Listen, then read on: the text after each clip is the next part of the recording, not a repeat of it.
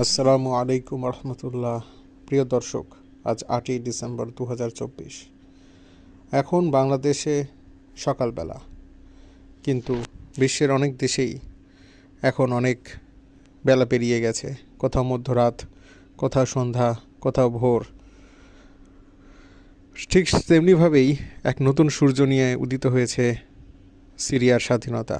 দীর্ঘদিনের যুদ্ধ, রক্তপাত, হানাহানি, ধ্বংস সব কিছু উপেক্ষা করে সেখানে এখন শান্তি বিরাজ করছে। বহুদিন পর বিদ্রোহীরা তাদের মূল ভূখণ্ডে প্রবেশ করেছে এবং তথ্য মতে সেখানকার দীর্ঘদিনের স্বৈরশাসক বাশার আল আসাদ দেশ ত্যাগ করে রাশিয়ায় আশ্রয় নিয়েছে। এই যুদ্ধের পটভূমি আপনারা সকলেই কম বেশি জানেন, তাও আপনাদেরকে একবার স্মরণ করিয়ে দিতে চাই। দীর্ঘদিনের এক নায়কতন্ত্র কায়েম করে রাখা বাশার আল আসাদের রাজত্বে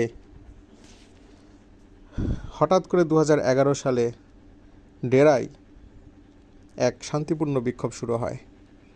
ডেরা হচ্ছে সিরিয়ার দক্ষিণের একটা শহর, কিন্তু বরাবরের মতোই যে কোনো বিক্ষোভকে দমন করার জন্য সরকারি দল হিংসা ও হিংস্রতার সাথে দমন করতে তৎপর হয়। শান্তিপূর্ণ একটা বিক্ষোভ ধীরে ধীরে সশস্ত্র সংঘাতে রূপ নেয় এবং বিভিন্ন বিদ্রোহী গোষ্ঠী সরকারের বিরুদ্ধে যুদ্ধ ঘোষণা করে। সিরিয়ায় দীর্ঘদিন ধরে দুর্নীতি ছিল, যার ফলে জনগণের মধ্যে একটা ক্ষোভ বেড়েছিল। এছাড়া বেকারত্ব, মানবাধিকার লঙ্ঘন এবং ধর্মীয় বিভাজন প্রকট আকার ধারণ করে। এই যুদ্ধের প্রভাবে লক্ষ লক্ষ মানুষ নিহত হয়েছে, মানুষ তাদের নিজের বাসস্থান ছাড়তে বাধ্য হয়েছে। সিরিয়ার অর্থনীতি পুরোপুরি ধ্বংস হয়ে গেছে, অবকাঠামো ধ্বংস হয়ে গেছে। এর তীব্রতা এত ব্যাপক আকার ধারণ করেছিল যে ইতিহাসে এটিকে অন্যতম বড় ডিজাস্টার হিসেবে দেখা হয়।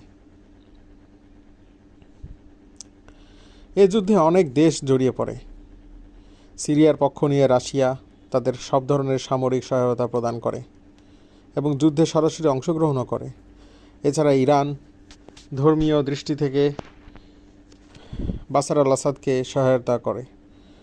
তুরস্ক সিরিয়ার বিদ্রোহীদের মধ্যে কিছু গোষ্ঠীকে সমর্থন করলেও সিরিয়ার উত্তরে নিজের প্রভাব বিস্তার করার চেষ্টা করেছে। যুক্তরাষ্ট্র প্রথমে সিরিয়ার বিদ্রোহীদেরকে সমর্থন করেছিল, কিন্তু পরে ইসলামিক স্টেটের উত্থানের পরে তারা কুর্দিশ নেতৃত্বাধীন সিরিয়ান ডেমোক্রেটিক ফোর্সকে সমর্থন করতে শুরু করে। সৌদি আরব এবং কাতার সিরিয়ার বিদ্রোহীদেরকে আর্থিক সহায়তা করেছে। এছাড়াও লেবানন, ইরাক, জর্ডান এবং অন্যান্য আরব দেশগুলি সিরিয়া যুদ্ধে পরোক্ষভাবে জড়িত রয়েছে। সিরিয়া আমাদের একটা প্রাণের জায়গা, কারণ এখানে বহু নবী রাসূল এসেছেন। ইসলামে এই ভূখণ্ডের অনেক গুরুত্ব রয়েছে। সিরিয়াকে শাম দেশ হিসেবে আমরা সকলেই চিনে থাকি। হাদিসে বিভিন্ন রেফারেন্সের মাধ্যমে জানা যায় নবীজি 12 বছর বয়সে একবার কাফেলার সাথে সিরিয়াতে গিয়েছিল। সেখানে বহিরা নামে একজন খ্রিস্টান পাদ্রী নবীজি নবুয়ত্বের স্বীকৃতি দিয়েছিলেন এবং ভবিষ্যৎবাণীও করেছিলেন। নবীজি সাল্লাল্লাহু আলাইহি ওয়াসাল্লাম তিনি এই শাম দেশের ব্যাপারে বলেছেন,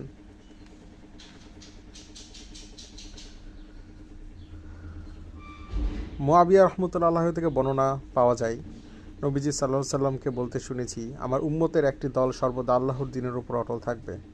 তাদের যারা অপমান করতে চাইবে অথবা তাদের বিরোধিতা করবে, তারা তাদের কোনো ক্ষতি করতে পারবে না, এমনকি কিয়ামত আসা পর্যন্ত তারা এই অবস্থার উপর থাকবে। ইবনু উমায়ের রাদিয়াল্লাহু আনহু থেকে বর্ণিত, নবী রাসূল সাল্লাল্লাহু আলাইহি ওয়াসাল্লাম বলেন, হে আল্লাহ, আমাদের শামে, সিরিয়া ও ইয়েমেনে বরকত দান করুন। লোকেরা বলল, আমাদের নজদেও। তিনি পুনরায় বললেন, হে আল্লাহ, আমাদের শাম দেশে ও ইয়েমেনে বরকত দান করুন। লোকেরা আবারও বলল, আমাদের নজদেও। তখন তিনি বললেন, সেখানে তো রয়েছে ভূমিকম্প, ফিতনা, ফাসাদ, আর শয়তানের শিং সেখান থেকেই বের হবে। আব্দুল্লাহ ইবনু হাওয়াল রাদিয়াল্লাহু আনহু থেকে বর্ণিত, রাসূলুল্লাহ সাল্লাল্লাহু আলাইহি ওয়াসাল্লাম বলেন, হে ইবনে হাওয়ালা, তুমি যখন দেখতে পাবে যে খেলাফত পবিত্র ভূমিতে অবতরণ করেছে, তখন মনে করবে যে কিয়ামত পূর্ববর্তী ভূমিকম্প এবং ঐতিহাসিক বিপর্যয় ও বড় বড় ঘটনাবলী প্রকাশের সময় নিকটবর্তী হয়ে এসে গেছে। আমার এই দুই হাত তোমার মাথার যত কাছাকাছি, তখন কিয়ামত তার চেয়েও নিকটবর্তী হয়ে যাবে। আল্লাহু আকবার। এছাড়াও আরও হাদিস থেকে জানা যায়, নবী করিম সাল্লাল্লাহু আলাইহি সাল্লাম বলেন, যখন সিরিয়াবাসী খারাপ হয়ে যাবে, তখন তোমাদের মাঝে আর কোনো কল্যাণ থাকবে না। তবে আমার উম্মতের মধ্যে একটি দল সবসময়ই সাহায্যপ্রাপ্ত থাকবে। যেসব লোক তাদের অপমানিত করতে চায়, তারা কিয়ামত পর্যন্ত তাদের কোনো ক্ষতি সাধন করতে পারবে না।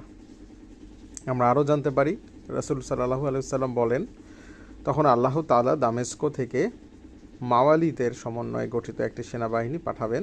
তারা হবে সমগ্র আরবে সর্বাধিক দক্ষ অশ্বারোহী এবং উন্নততর সমরাস্ত্রে সজ্জিত। আল্লাহ তাআলা তাদের দ্বারা দ্বীন ইসলামের সাহায্য করবেন। মাওয়ালি একাধিক অর্থবিশিষ্ট শব্দ। অনেকের মতে এখানে মাওয়ালি বলতে প্রাচীন মুসলিমদের হাতে ইসলাম গ্রহণকারী অমুসলিম বংশোদ্ভূত মুসলিমদের বোঝানো হয়েছে।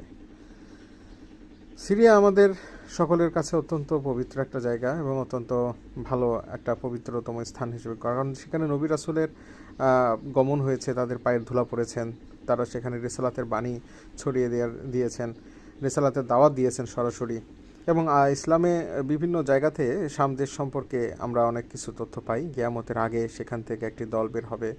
অনেকে বলেন যে সেখানে কিয়ামত সংগঠিত হবে, অর্থাৎ কিয়ামতের ময়দানটা হবে সেই জায়গাতে। কিন্তু আসলে যেটাই হোক না কেন, যেহেতু নবী রাসূলের সেখানে আগমন ঘটেছে, সেটা অবশ্যই পবিত্রতম একটা জায়গা। এবং এটা মনে রাখতে হবে, যেখানে নবী রাসূলরা গিয়েছেন সেসব জায়গাতে বিশিষ্ট তাৎপর্য রয়েছে, অর্থাৎ সেসব জায়গাতে আল্লাহর রহমত রয়েছে। যতই সংঘাত, যতই রক্তপাত, যতই জালিমের জুলুম সেখানে হোক না কেন, ইনশাল্লাহ ইসলামের বিজয় একদিন সেখানে হবেই হবে। এবং আবারও সেখানে ইসলামের ঝান্ডা আকাশে আমরা দেখতে পাবো, এবং সেখানে অবশ্যই খেলাফত প্রতিষ্ঠিত হবে, মুসলমানদের বিজয়ী হবে। সেখান থেকেই ইনশাআল্লাহ ইসলামী হুকুমাত সারা বিশ্বে ছড়িয়ে পড়বে, এই আশা আমরা ব্যক্ত করি।